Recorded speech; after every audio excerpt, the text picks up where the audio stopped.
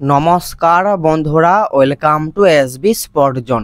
আবারও নিয়ে চলে এসেছি তোমাদের জন্য বেশ কিছু গুরুত্বপূর্ণ বড় ট্রান্সফার আপডেট নিয়ে। সবথেকে বড় আপডেটটা জানতে পাওয়া যাচ্ছে মোহনবাগান এবং ইস্টবেঙ্গল এফসিকে নিয়ে।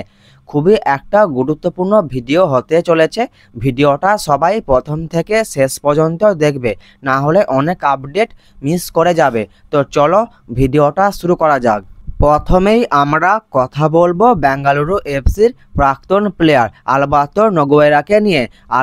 নোগুয়েরাকে নিয়ে তোমাদেরকে লাস্ট যে আপডেটটা জানিয়েছিলাম সেটা হলো যে আলবার্তো নোগুয়েরা তিনি স্প্যানিশ দেশের একটি ক্লাবে সাইন করতে চলেছে। এই আপডেটটা আমি তোমাদেরকে লাস্ট জানিয়েছিলাম। এখন যে আপডেটটা জানতে পাওয়া যাচ্ছে যে আলবার্তো নোগুয়েরা তিনি স্প্যানিশ দেশের একটি ফোর্থ টায়ারের ক্লাবে তিনি সাইন করে দিয়েছেন। তিনি যে ক্লাবটিতে সাইন করেছেন সেই ক্লাবটির নাম হচ্ছে রায়ো মানজাদা হন্ডা। তো তিনি এই ক্লাবে সাইন করেছেন। একটা সময় জানতে পাওয়া যাচ্ছিল যে আলবার্তো নোগুয়েরাকে দলে নেবার জন্য তার সঙ্গে কথাবার্তা চালাচ্ছে এফসি গোয়া এবং মুম্বাই সিটি এফসি। তো ডিলটা কেন ডান হলো না, মানে দুটি ক্লাবের মধ্যেই তিনি কোনো ক্লাবে সাইন করলেন না। তো কী কারণে তিনি আর ভারতে থাকলেন না, এটাই হচ্ছে ভাববার বিষয়। তো যাই হোক, তিনি স্প্যানিশ দেশের এই ক্লাবে সাইন করে দিয়েছে। তোমাদেরকে এই আপডেটটাই জানানো ছিল, আপডেটটা তোমাদেরকে জানিয়ে দিলাম। এরপর আমরা যে বিষয়টা নিয়ে কথা বলবো সেটা হলো যে ভারতীয় জাতীয় দলের বর্তমান অবস্থা আশা করি তোমরা সকলেই জানো। তো এই বিষয়টা নিয়ে এবং আইএসএল নিয়ে জাতীয় দলের ক্যাপ্টেন সুনীল ছেত্রী তিনি বেশ বড় একটা বার্তা তিনি সবাইকে দিয়েছেন। তো পুরো বার্তাটা তোমাদেরকে জানালে ভিডিওটা অনেক বড় হয়ে যাবে। তো যতটা পারছি আমি তোমাদেরকে সুনীল ছেত্রীর বার্তাটা তোমাদেরকে জানিয়ে দিচ্ছি।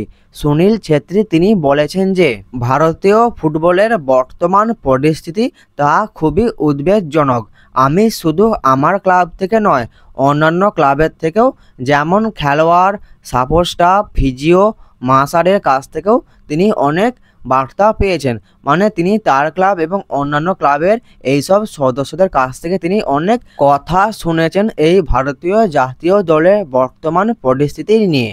তো সুনীল ছেত্রী তিনি আরও বলেন যে আমার কাছে সব উত্তর নাও থাকতে পারে, কিন্তু ভারতীয় ফুটবলের সাথে জড়িত সকলের কাছে আমার বার্তা, এবং আরও গুরুত্বপূর্ণভাবে যাদের জীবিকা নির্ভর করে তাদের উপর খেলোয়াড়, কর্মী, kitman, masseur, medical team, production crew, operation staff, দয়া করে শান্ত থাকুন, আমরা একসাথে সবাই এগিয়ে যাব। তিনি আরও বলেন যে একসাথে থাকুন এবং একে অপরের খোঁজ করুন, প্রশিক্ষণ এবং আরও ভালো হতে থাকুন। শীঘ্রই ফুটবল আবার শুরু করতে হবে, এটা হবেই। তো সুনীল ছেত্রী তিনি অনেক কিছুই বলেছেন, আমি তোমাদেরকে হালকা করে এটুকুই জানিয়ে রাখলাম। তো সুনীল ছেত্রী সবাইকে বার্তা দিচ্ছেন, অত চিন্তা করো না, আশা করছি সব কিছু খুব তাড়াতাড়ি ঠিক হয়ে যাবে। তিনি আইএসএল এবং ভারতীয় জাতীয় দল নিয়ে সবাইকে এই বার্তাটাই তিনি দিয়েছেন। এরপর আমরা কথা বলবো মেহতাব সিংকে নিয়ে মার্কাস মার্গুলা তিনি বেশ বড় একটা খবর সবাইকে দিলেন। তিনি বলেছেন যে যদি মেহতাব সিং তিনি মুম্বাই সিটি এফসি ছাড়েন তাহলে তিনি অন্য কোথাও যাবেন না, তিনি মোহনবাগানেই সাইন করবেন। মেহতাব সিংকে নিয়ে মার্কাস মার্গুলা তিনি এই নতুন আপডেটটা দিয়েছেন।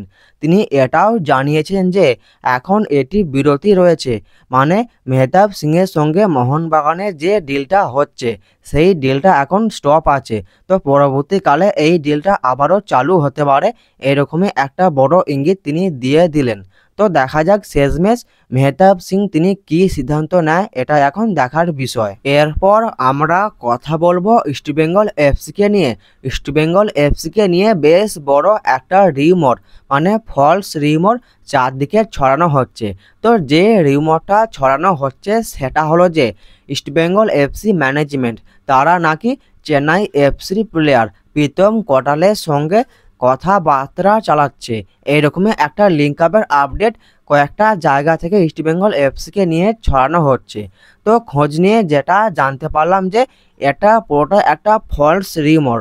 তো যারা এই আপডেটটা দেখেছো তোমাদেরকে একটাই কথা বলবো, প্রীতম কোটালের সঙ্গে ইস্টবেঙ্গল এফসির কোনো রকম কোনো কথাবার্তাই হয়নি।